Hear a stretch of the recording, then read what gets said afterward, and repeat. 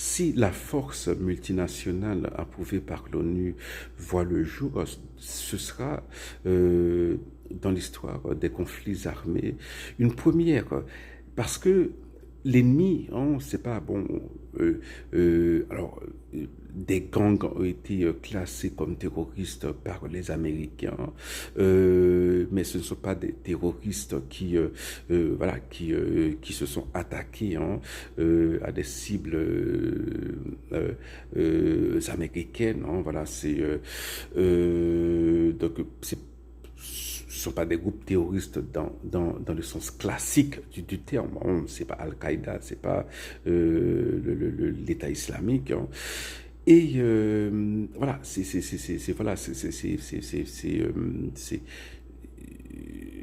sera une première, hein, voilà, hein, ce genre de conflit, hein, qui oppose une force armée contre des gangs. Et bon, alors on dit des gangs, mais ce sont des forces d'occupation, hein, ce sont des groupes criminels, mais qui ont aussi des visées politiques, hein, à visée politique, c'est-à-dire que des groupes criminels qui s'emparent de territoire. Voilà, ça c'est politique, hein, dans le sens le plus prosaïque du terme. Mais il y a un précédent qui n'est pas identique, mais semblable. Hein. Alors, c'est semblable. C'est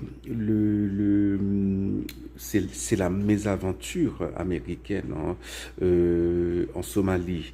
Hein. Alors, c'était au départ, c'était une mission humanitaire, hein, voilà, purement humanitaire, hein, commencée sous la présidence de George W. Bush et qui s'est transformée en mission armée.